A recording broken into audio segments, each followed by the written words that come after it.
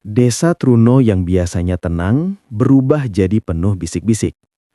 Hampir setiap sore orang-orang berkumpul di warung kopi, di teras rumah, atau di pos ronda, membicarakan satu hal yang sama. Pilkades yang tinggal hitungan minggu. Wajah-wajah warga terlihat waspada, tidak sebebas dulu. Ada rasa takut yang sulit dijelaskan, tapi semua orang merasakannya. Sejak beberapa tahun terakhir, Desa Truno dipimpin oleh Sabto, kepala desa petahana yang awalnya datang dengan janji manis. Waktu pertama menjabat, Sabto rajin turun ke lapangan, sering senyum dan gampang diajak bicara. Tapi setelah masa jabatannya berjalan lama, sikapnya berubah pelan-pelan. Sabto jadi orang yang mudah marah, keras kepala, dan tidak mau dikritik. Bantuan desa yang seharusnya dibagi rata sering tidak sampai ke tangan warga. Ada yang dapat, ada yang tidak, tanpa penjelasan jelas.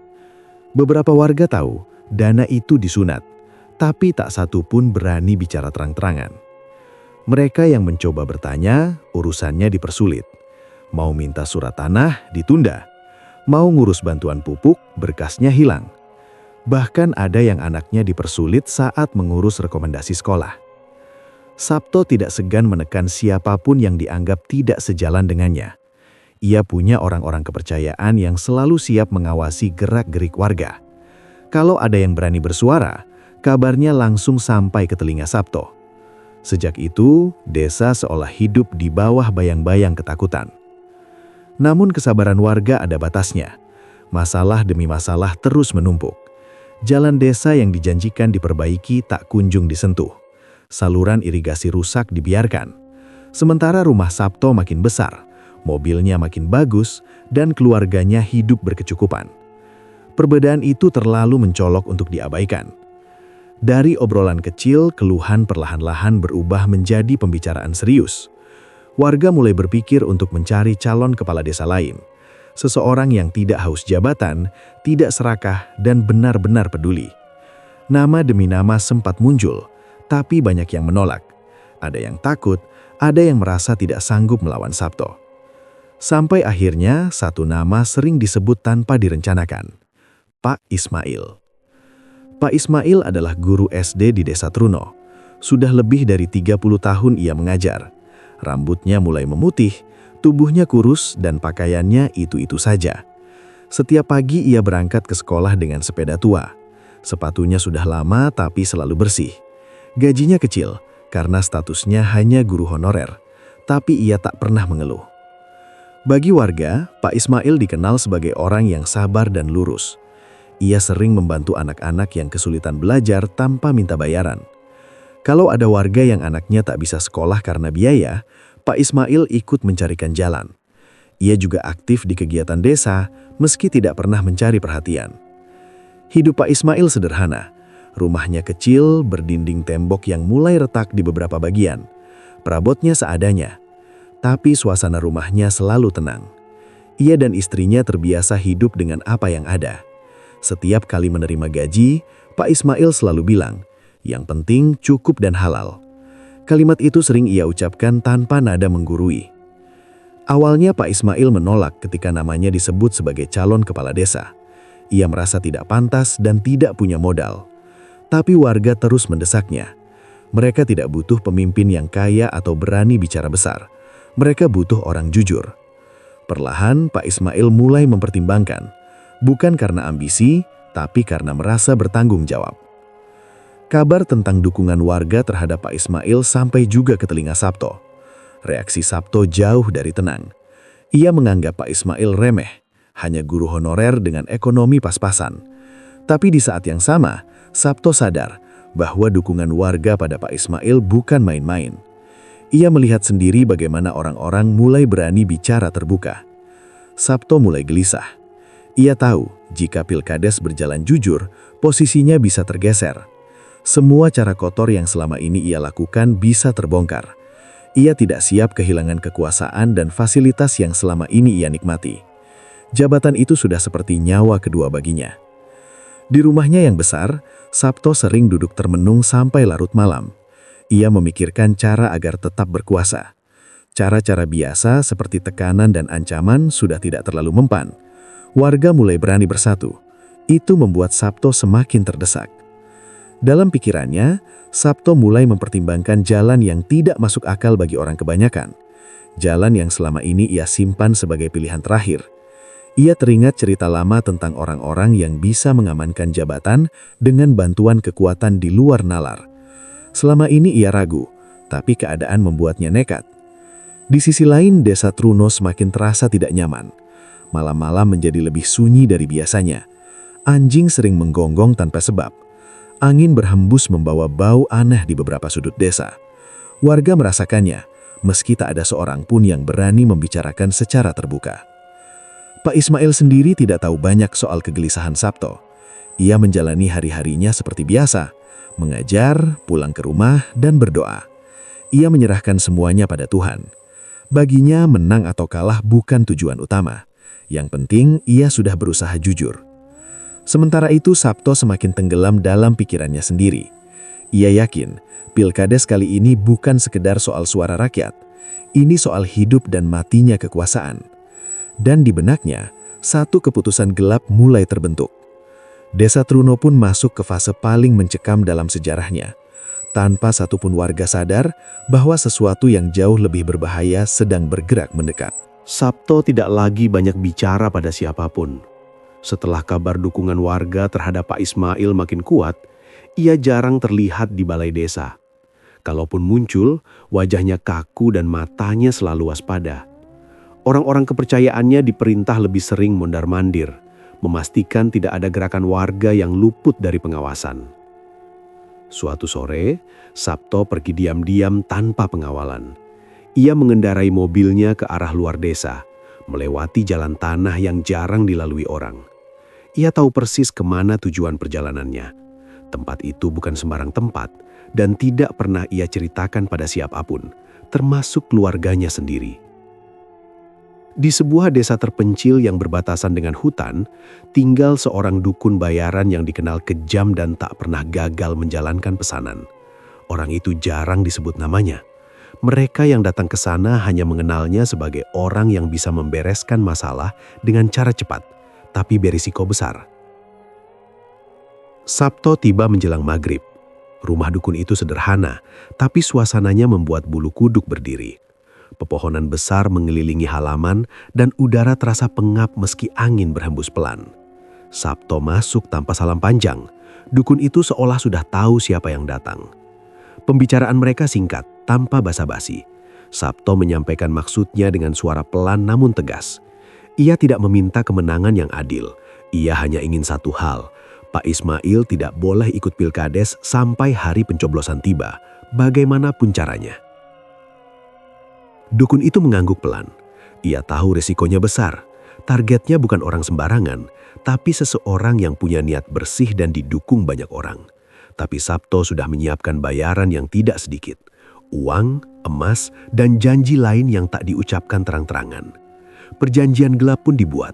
Tak ada saksi, tak ada catatan. Hanya kesepakatan antara dua orang yang sama-sama paham bahwa apa yang mereka lakukan akan membawa akibat panjang.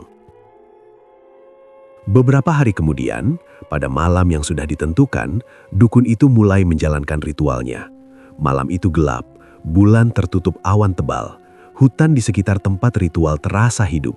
Suara serangga berhenti mendadak, digantikan kesunyian yang aneh. Di tengah lingkaran tanah yang sudah disiapkan, dukun itu menyalakan kemenyan dan membaca mantra yang tidak dimengerti orang biasa. Di hadapannya, beberapa benda aneh disusun rapi. Bau menyengat mulai menyebar, bercampur dengan asap tipis yang naik perlahan. Semakin lama ritual berlangsung, udara di sekitar terasa panas. Tanah bergetar halus. Dukun itu menancapkan sesuatu ke tanah, lalu berdiri sambil mengangkat kedua tangannya. Dari arah belakangnya, sesuatu mulai terbentuk. Awalnya kecil, lalu membesar, menyala seperti bara. Tak lama kemudian, bola api itu melayang naik, berwarna merah kekuningan, bergerak pelan tapi pasti. Dukun itu mengarahkan tujuannya. Tanpa suara ledakan, tanpa kilatan cahaya berlebihan, bola api itu melesat meninggalkan tempat ritual, menyusuri jalur hutan menuju satu arah, Desa Truno. Di Desa Truno, malam itu terasa berbeda. Warga yang sedang berkumpul di rumah masing-masing mulai merasakan hal ganjil. Angin bertiup membawa bau amis, seperti bau darah atau bangkai, meski tak terlihat sumbernya. Beberapa orang menutup pintu dan jendela karena merasa tidak nyaman. Di kandang-kandang ayam, suara ribut terdengar. Ayam-ayam mendadak berlarian, menabrak kandang, lalu satu persatu jatuh mati tanpa sebab jelas. Paginya, pemilik kandang hanya bisa bengong melihat ternaknya tergeletak kaku, tanpa luka, tanpa tanda penyakit. Di rumah-rumah lain, bayi-bayi menangis keras di tengah malam. Tangisan itu panjang dan sulit dihentikan. Ibu-ibu mencoba menenangkan, tapi bayi tetap berontak, seolah melihat sesuatu yang tak terlihat orang dewasa. Beberapa bayi bahkan demam tinggi tanpa alasan jelas. Anjing-anjing desa menggonggong ke arah hutan, lalu tiba-tiba diam dan masuk ke kolong rumah. Tak ada orang lewat, tak ada suara asing, tapi reaksi hewan-hewan itu membuat warga makin gelisah. Sebagian warga mulai berbisik-bisik. Mereka merasa ini bukan kejadian biasa, tapi tak ada yang berani menyimpulkan apapun. Nama Sabto tidak disebut, begitu juga Pak Ismail. Semua hanya saling pandang dan menyimpan kecurigaan masing-masing. Di rumahnya, Sabto duduk sendirian. Ia tidak tidur. Meski tidak melihat langsung apa yang terjadi, ia bisa merasakan sesuatu sedang bergerak. Ada perasaan campur aduk antara lega dan takut. Lega karena rencananya mulai berjalan, takut karena ia tahu begitu jalan ini dipilih, tak ada jalan kembali. Sementara itu, bola api santet terus melayang rendah di atas pepohonan. Tak semua orang bisa melihatnya. Hanya makhluk tertentu dan orang-orang dengan kepekaan khusus yang menyadari kehadirannya. Udara yang dilewatinya terasa berat, membuat dada sesak tanpa sebab. Malam itu, Desa Truno seperti diselimuti sesuatu yang tak kasat mata. Orang-orang tidur dengan perasaan tidak tenang. Mimpi buruk datang bergantian. Ada yang bermimpi jatuh ke jurang, ada yang melihat api, ada yang terbangun sambil berkeringat dingin. Tak satu pun dari mereka tahu bahwa semua kejadian aneh itu hanyalah awal. Kiriman itu belum sampai ke tujuan akhir. Dan ketika sampai nanti, dampaknya tidak hanya akan dirasakan oleh satu orang, tapi seluruh desa. Di luar kesadaran warga, sesuatu yang gelap sedang mendekat. Dan malam itu, Desa Truno resmi masuk ke dalam pusaran permainan kotor yang melibatkan kekuasaan, dendam, dan ilmu hitam. Menjelang maghrib, kakek Makmun berjalan pelan menyusuri jalan desa sambil memanggul ikatan sapu lidi di pundaknya. Usianya sudah lewat 60, punggungnya sedikit bungkuk, tapi langkahnya masih mantap. Seharian itu ia berkeliling dari dusun ke dusun, menawarkan sapu lidi ke rumah-rumah. Dagangannya tak selalu laku, tapi ia sudah terbiasa. Yang penting bisa pulang dengan selamat. Saat itu langit mulai berubah warna, matahari hampir tenggelam, menyisakan cahaya jingga pucat. Suasana desa terasa lebih sepi dari biasanya. Kakek Makmun mempercepat langkah karena ingin segera sampai rumah sebelum gelap. Di pertigaan dekat kebun bambu, langkahnya mendadak terhenti. Matanya menangkap sesuatu yang bergerak pelan di udara. Awalnya ia mengira itu pantulan cahaya atau orang membakar sampah, tapi semakin ia perhatikan, dadanya terasa tidak enak. Di atas pepohonan, sebuah bola api melayang rendah. Tidak besar, tapi jelas terlihat.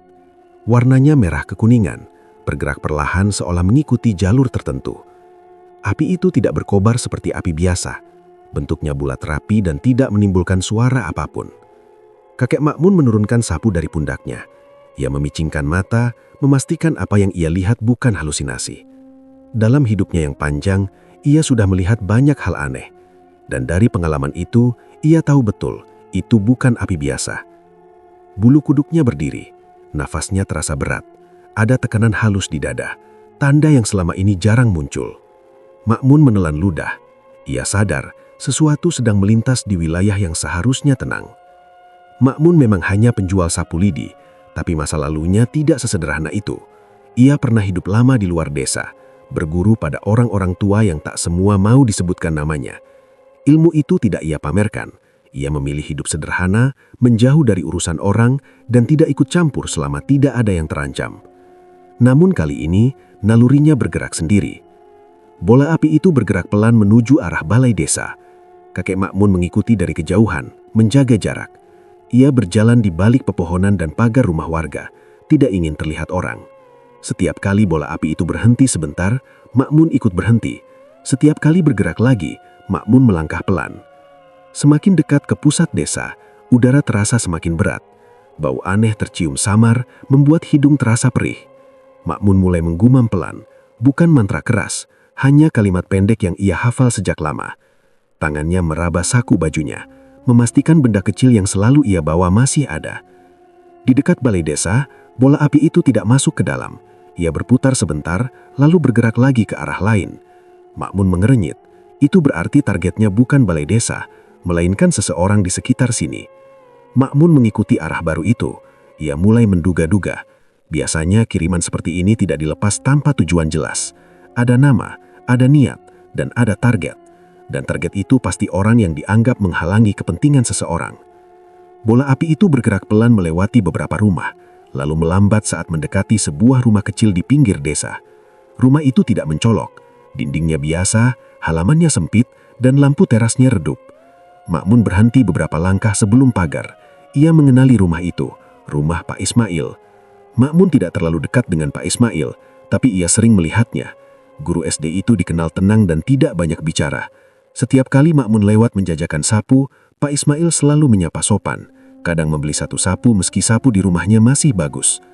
Melihat bola api itu melayang di atas rumah Pak Ismail, Ma'mun menghela napas panjang. Ia tidak tahu apa yang sedang terjadi di desa. Ia tidak tahu soal pilkades, tidak tahu soal persaingan, apalagi konflik. Tapi satu hal ia tahu, orang ini sedang diincar. Bola api itu bergerak pelan menuju arah balai desa.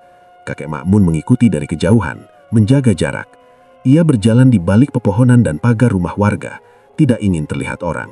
Setiap kali bola api itu berhenti sebentar, Ma'mun ikut berhenti. Setiap kali bergerak lagi, Ma'mun melangkah pelan. Semakin dekat ke pusat desa, udara terasa semakin berat.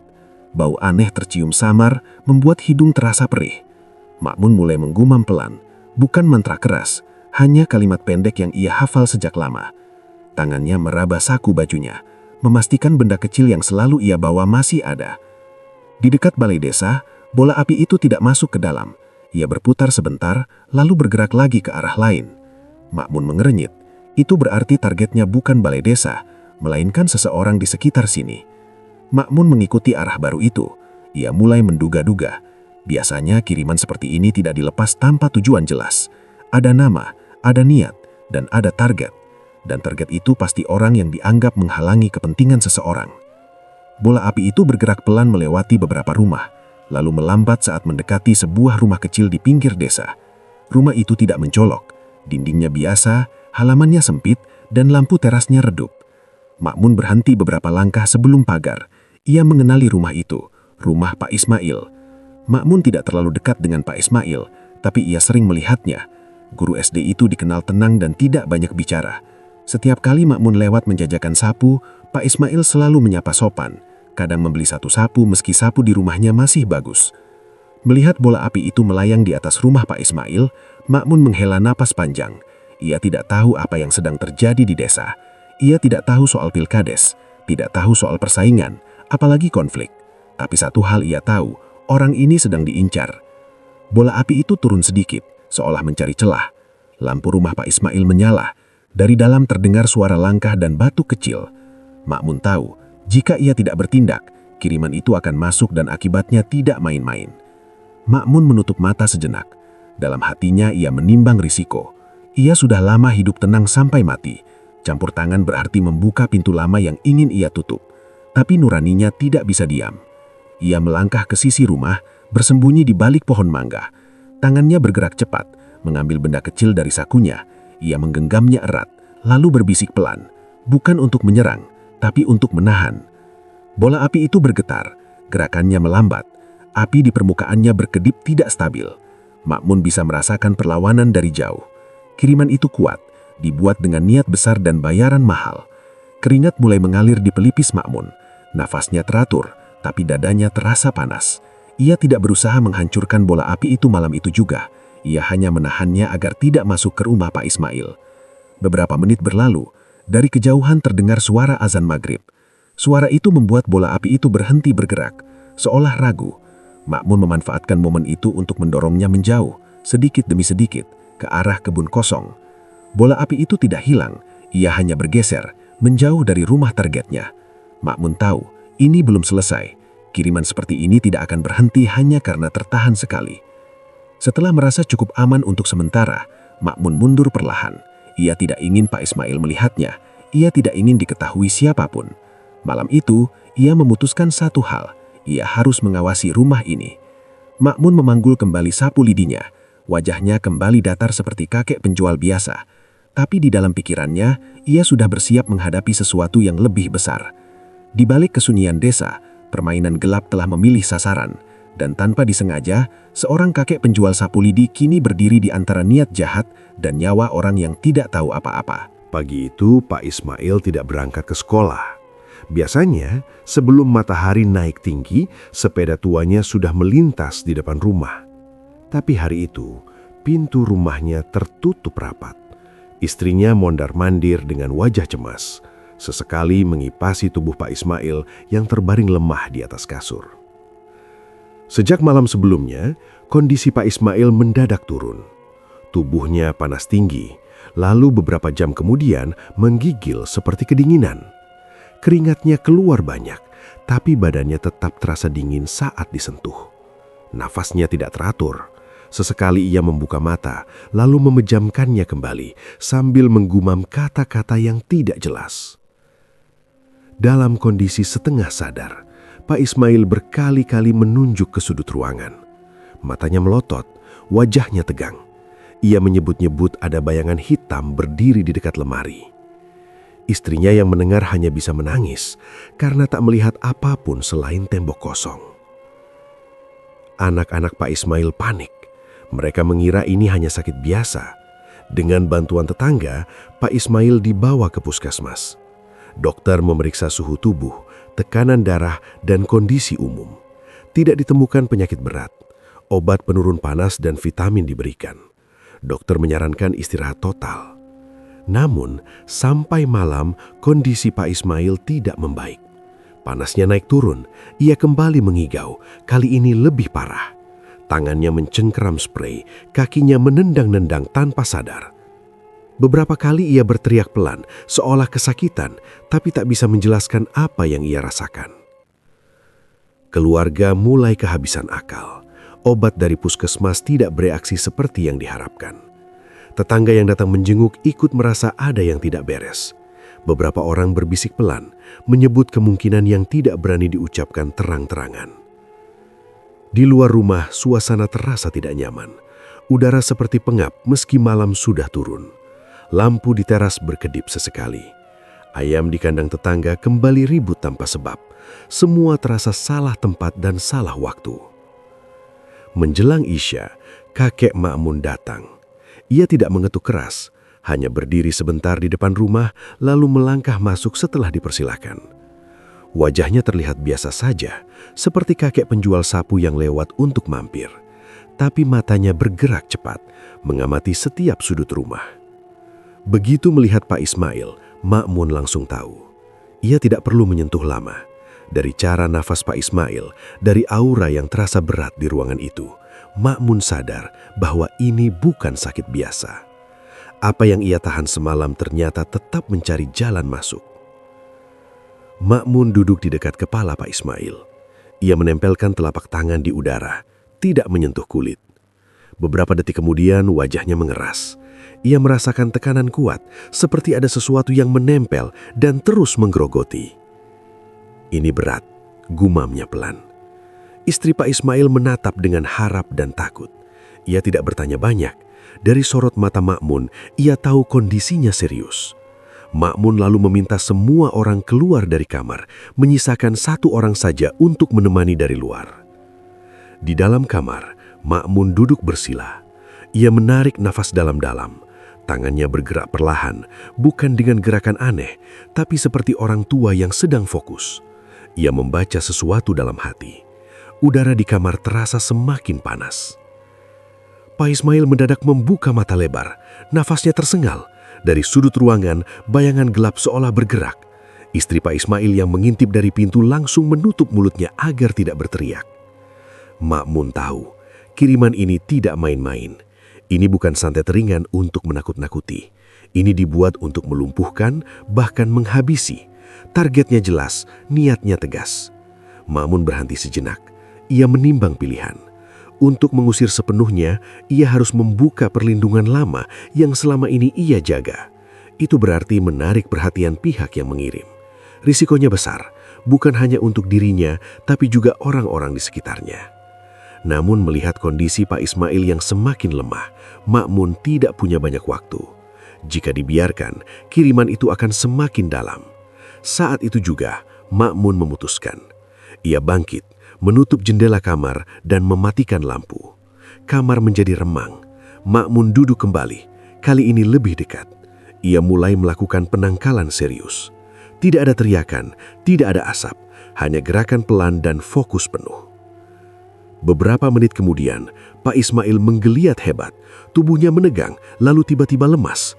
Dari mulutnya keluar nafas panjang, seperti orang yang baru lepas dari tekanan berat. Keringat dingin mengalir deras. Ma'mun membuka mata. Tekanan di kamar berkurang, tapi belum hilang. Ia tahu ini hanya langkah awal. Kiriman itu tertahan, tapi belum diputus. Orang yang mengirim pasti akan mencoba lagi. Ma'mun keluar kamar dan berbicara pelan dengan keluarga. Ia tidak menjelaskan panjang lebar. Ia hanya meminta agar Pak Ismail tidak ditinggal sendirian, tidak dibawa kemana-mana dulu, dan mengikuti semua yang ia sarankan.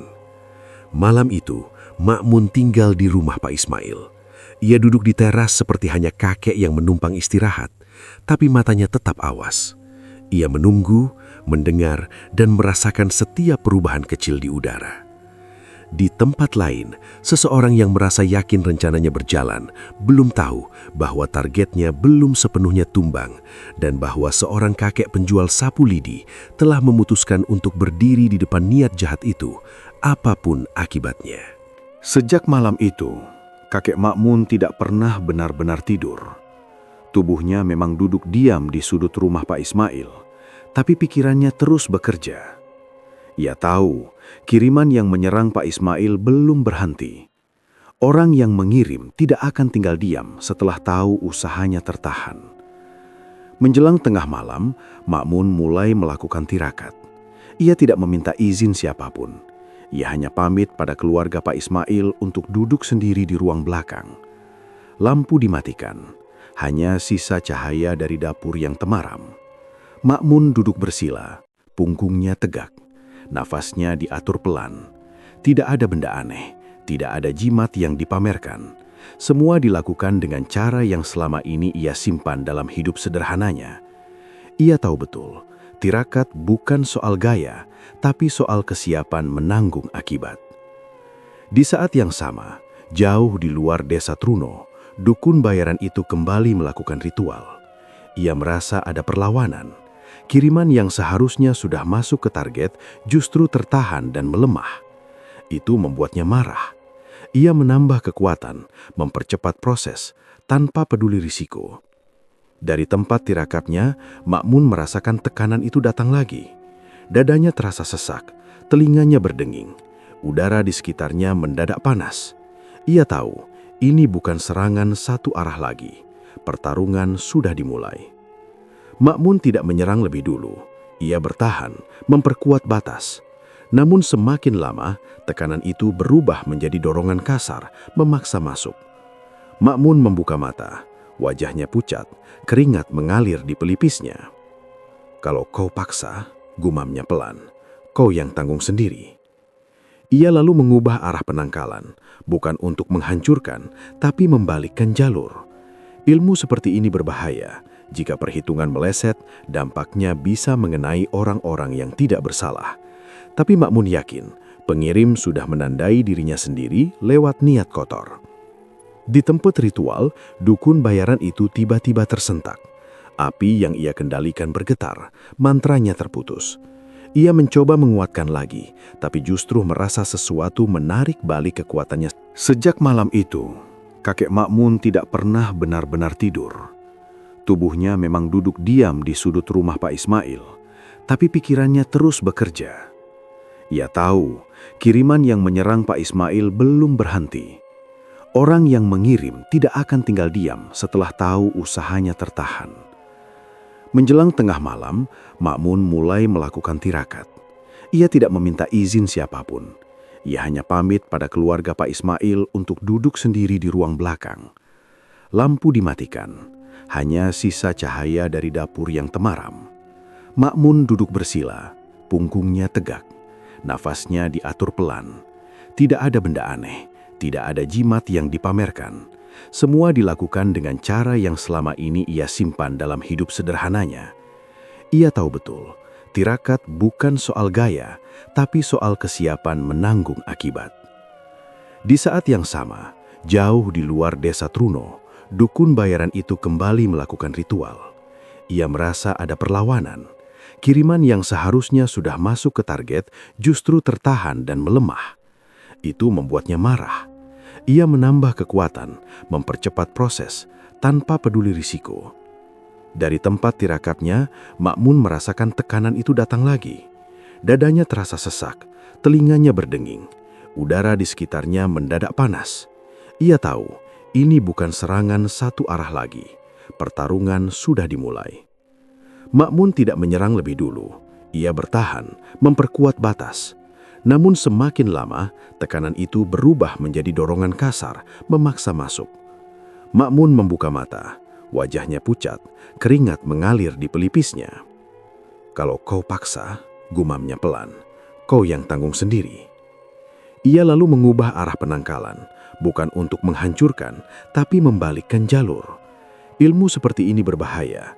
Jika perhitungan meleset, dampaknya bisa mengenai orang-orang yang tidak bersalah.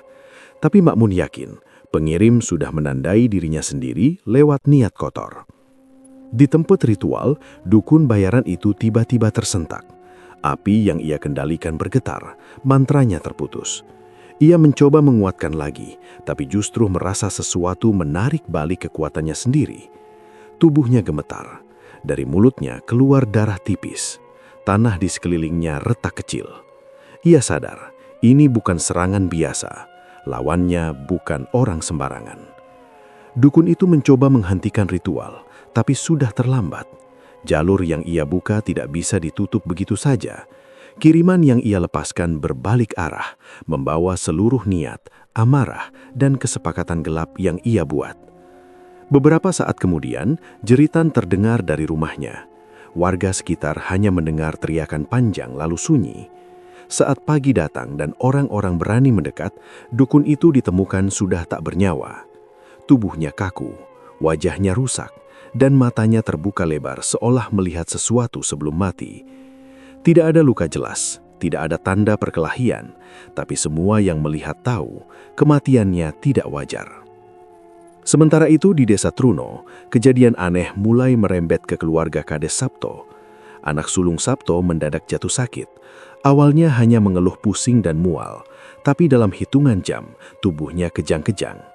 Ia dibawa ke rumah sakit, tapi nyawanya tidak tertolong. Dokter tidak bisa memastikan penyebab pasti. Beberapa hari kemudian, adik Sabto mengalami kecelakaan tunggal di jalan sepi. Kendaraannya terguling tanpa sebab jelas. Tidak ada saksi, tidak ada bekas rem. Ia meninggal di tempat. Istri Sabto mulai sering berteriak di malam hari. Ia mengaku melihat bayangan berdiri di kamar. Wajahnya pucat, matanya cekung. Ia menolak makan dan minum. Tidak lama setelah itu, ia ditemukan tak bernyawa di rumah, dalam posisi duduk, seolah tercekik sesuatu yang tidak terlihat. Warga mulai berbisik-bisik. Terlalu banyak kejadian aneh yang menimpa satu keluarga dalam waktu berdekatan. Tidak ada yang berani bicara keras, tapi rasa takut menyebar cepat. Sabto sendiri mulai berubah drastis. Tubuhnya kurus, matanya merah, dan sikapnya tidak terkendali. Ia mudah marah, berteriak tanpa alasan, dan sering mengurung diri. Di balai desa, ia terlihat linglung. Beberapa kali ia berteriak pada bayangan yang tidak dilihat orang lain. Malam hari menjadi waktu paling berat bagi Sabto. Ia sulit tidur. Setiap kali memejamkan mata, ia melihat wajah-wajah orang yang sudah meninggal. Ia mendengar suara langkah di rumahnya yang kosong. Lampu sering mati sendiri, barang-barang jatuh tanpa sebab. Sabto mulai menyadari sesuatu telah berbalik melawan dirinya. Jalan kotor yang ia pilih kini menuntut bayaran. Ia mencoba mencari bantuan, tapi semua dukun yang ia datangi menolak. Begitu mendengar namanya, mereka memilih diam atau mengusirnya. Di sisi lain, kondisi Pak Ismail perlahan membaik. Panasnya turun, ia tidak lagi mengigau, nafasnya lebih teratur. Meski tubuhnya masih lemah, tanda-tanda ancaman sudah jauh berkurang. Makmun tetap berjaga. Ia tahu efek balikan tidak langsung selesai. Tapi dengan kematian dukun bayaran, jalur utama sudah putus. Sisanya hanya gelombang sisa yang akan habis sendiri. Suatu malam, Makmun berdiri di teras dan memandang ke arah rumah Sabto dari kejauhan. Ia tidak merasa puas atau senang, wajahnya datar. Baginya, ini bukan kemenangan, tapi akibat yang tidak bisa dihindari. Sabto kini hidup dalam ketakutan. Jiwanya terguncang. Kekuasaan yang selama ini ia genggam justru menjadi sumber kehancurannya sendiri. Dan di desa Truno, warga mulai sadar bahwa kejahatan sekuat apapun disembunyikan, pada akhirnya akan mencari jalan pulang ke asalnya. Menjelang hari pencoblosan, kondisi Sabto semakin memburuk. Ia tidak lagi muncul di depan umum. Rumah besarnya tertutup rapat, pagar selalu digembok. Dari dalam rumah sering terdengar suara barang jatuh dan teriakan tanpa arah. Beberapa orang kepercayaannya mencoba menemuinya, tapi selalu pulang dengan wajah pucat. Sabto jatuh sakit berat, tubuhnya melemah cepat. Ia sulit berdiri, sulit makan, dan sering muntah tanpa sebab jelas. Kulitnya terlihat kusam, matanya cekung, dan sorotnya kosong. Setiap malam ia meracau, menyebut nama orang-orang yang sudah meninggal lebih dulu. Tidak ada obat yang benar-benar membantu. Dokter yang datang hanya bisa memberi pereda sementara. Di saat yang sama, cerita tentang persekutuan gelap Sabto mulai beredar. Awalnya hanya bisik-bisik di warung kopi, lalu satu demi satu potongan cerita menyatu. Ada yang mengaku melihat Sabto pergi malam-malam keluar desa. Ada yang tahu soal dukun bayaran yang mati mendadak. Ada pula yang menyambungkan semua kejadian aneh selama ini. Tidak ada bukti tertulis, tapi terlalu banyak tanda yang mengarah ke satu kesimpulan. Warga yang dulu takut kini mulai berani bicara. Mereka tidak lagi membela Sabto. Bahkan orang-orang yang dulu dekat dengannya memilih menjauh, takut ikut terseret. Panitia Pilkades tetap menjalankan tugasnya. Tidak ada penundaan. Hari pencoblosan sudah ditetapkan, dan warga siap datang ke TPS. Suasana desa tegang, tapi kali ini bukan karena takut. Ada rasa menunggu, seolah semua orang ingin segera menutup bab lama. Di rumah Pak Ismail, suasana jauh berbeda. Meski tubuhnya belum sepenuhnya pulih, kondisinya cukup stabil untuk sekedar duduk dan menyapa warga. Ia tidak kampanye berlebihan. Ia hanya menerima tamu, mendengar keluhan, dan mengucapkan terima kasih. Sikapnya tetap sama seperti dulu. Kakek Makmun masih sering terlihat di sekitar rumah Pak Ismail. Kadang duduk di teras, kadang berjalan keliling dengan sapu lidinya. Tidak ada yang mencurigainya. Bagi warga, ia tetap kakek penjual sapu yang ramah dan pendiam. Hanya Pak Ismail yang sesekali menangkap tatapan Makmun yang lebih dalam dari biasanya. Hari pencoblosan akhirnya tiba. Sejak pagi, warga berdatangan ke TPS. Tidak ada keributan, tidak ada tekanan. Aparat berjaga seperti biasa. Nama Sabto memang masih tercantum, tapi hampir tidak ada yang membicarakannya lagi. Semua mata tertuju pada satu nama lain. Sabto tidak datang ke TPS. Ia terbaring di rumahnya, dijaga beberapa orang. Nafasnya berat, tubuhnya gemetar. Beberapa kali ia berteriak ketakutan, menolak ketika ada yang mencoba menyuapinya. Ia menyebut melihat bayangan berdiri di sudut ruangan, menunggu. Penghitungan suara dilakukan sore hari. Hasilnya jelas dan tidak terbantahkan. Pak Ismail menang mutlak. Selisih suaranya jauh. Warga menyambut hasil itu dengan lega. Tidak ada euforia berlebihan. Yang ada hanya rasa lepas dari beban panjang. Kabar kemenangan itu sampai juga ke rumah Sabto. Saat mendengarnya, Sabto tertawa pendek, lalu batuk keras. Wajahnya berubah tegang. Tangannya mencengkram spray. Ia mencoba bangun, tapi tubuhnya tidak menurut. Dari mulutnya keluar suara tercekik. Beberapa jam kemudian teriakan keras terdengar dari dalam rumah Sabto. Orang-orang yang berjaga berhamburan masuk. Apa yang mereka lihat membuat mereka mundur ketakutan. Sabto tergeletak di lantai kamar. Tubuhnya kaku dalam posisi aneh. Wajahnya membiru, Matanya terbuka lebar seolah melihat sesuatu tepat di hadapannya. Tidak ada luka luar, tidak ada tanda perkelahian, tapi aura di ruangan itu berat. Lampu mati sendiri, udara terasa dingin menusuk. Beberapa orang memilih keluar dan tidak berani kembali masuk. Kematian Sabto menyebar cepat. Tidak ada tangisan panjang, tidak ada doa ramai. Semua diam, semua merasa ini akhir dari rangkaian panjang yang sejak awal sudah salah arah. Pemakaman dilakukan sederhana, tidak banyak yang datang. Rumah Sabto setelah itu dibiarkan kosong, tidak ada yang mau menempatinya. Siang hari pun rumah itu terasa tidak nyaman. Pintu dan jendela sering berbunyi sendiri. Anak-anak dilarang bermain di sekitar sana. Beberapa hari setelah Pilkades, Pak Ismail resmi dilantik. Ia berdiri di balai desa dengan wajah tenang. Tidak ada pidato panjang. Ia hanya berjanji bekerja jujur dan mendengarkan warga. Kalimatnya sederhana, tapi semua orang percaya. Desa Truno perlahan berubah. Ketenangan hilang. Warga kembali beraktivitas tanpa rasa takut. Masalah-masalah lama mulai dibenahi satu persatu. Tidak cepat, tapi nyata. Suatu sore, Pak Ismail melihat kakek Makmun berjalan menjauh dari balai desa dengan sapu lidinya. Ia memanggil pelan, tapi Makmun hanya melambaikan tangan tanpa menoleh. Seperti biasa, ia tidak ingin disoroti. Di belakangnya, rumah Sabto berdiri sunyi, kosong dan gelap, menjadi pengingat bagi siapapun di desa Truno bahwa kekuasaan yang diraih dengan cara kotor tidak akan pernah bertahan lama, dan bahwa ada hal-hal yang tidak bisa dikendalikan, sekeras apapun seseorang berusaha. Beberapa tahun telah berlalu sejak Pilkades yang mengubah wajah desa Truno. Desa yang dulu dikenal sunyi dan penuh rasa was-was, kini hidup dengan suasana yang jauh berbeda. Tidak ada lagi cerita kematian aneh, tidak terdengar lagi teriakan di malam hari, dan tidak ada bisik-bisik tentang santet yang beredar di warung kopi. Pemerintahan desa berjalan normal. Pelayanan warga tidak lagi dipersulit. Surat-surat selesai tepat waktu. Bantuan desa sampai ke tangan yang berhak. Jalan-jalan yang dulu rusak mulai diperbaiki. Irigasi sawah dibenahi. Dan kegiatan warga kembali hidup. Perlahan, kepercayaan yang dulu hilang mulai tumbuh kembali.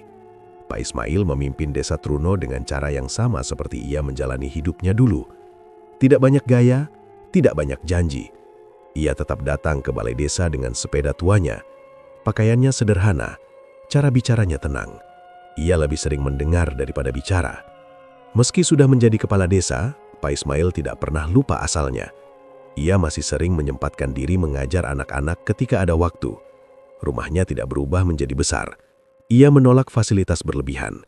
Baginya, jabatan hanyalah amanah, bukan tangga untuk memperkaya diri. Warga merasa dekat dengannya. Mereka tidak sungkan menyampaikan keluhan. Pak Ismail tidak selalu bisa menyelesaikan semua masalah dengan cepat. Tapi warga tahu satu hal, niatnya lurus. Dan itu jauh lebih berharga daripada janji besar yang kosong. Di sisi lain desa, rumah bekas Kades Sabto masih berdiri. Tapi seperti bangunan yang ditinggalkan waktu. Catnya mengelupas, halaman ditumbuhi rumput liar, dan pintunya selalu tertutup. Tidak ada yang berani menempatinya. Bahkan siang hari, rumah itu terasa berat. Anak-anak dilarang bermain di dekat sana. Orang dewasa pun hanya melirik sekilas jika lewat. Rumah itu menjadi semacam pengingat diam tentang apa yang pernah terjadi. Tidak ada yang ingin mengungkitnya terlalu sering. Cukup tahu bahwa masa itu sudah lewat. Sementara itu, kakek Makmun tetap menjalani hidupnya seperti biasa. Setiap pagi, ia keluar rumah membawa sapu lidi. Langkahnya masih pelan, pundaknya masih memanggul dagangan yang sama. Ia menyapa warga dengan senyum tipis, menawar sapu seperti pedagang kecil lainnya. Tidak ada yang tahu pasti kemana ia pergi setelah desa Truno kembali tenang. Kadang ia terlihat, kadang berbulan-bulan tidak muncul. Tapi setiap kali ia lewat, orang-orang menyambutnya dengan ramah. Bagi warga, Makmun hanyalah kakek tua penjual sapu lidi yang pendiam dan tidak suka banyak bicara. Makmun tidak pernah mengaku apa yang pernah ia lakukan. Ia tidak minta terima kasih. Ia tidak ingin dihormati.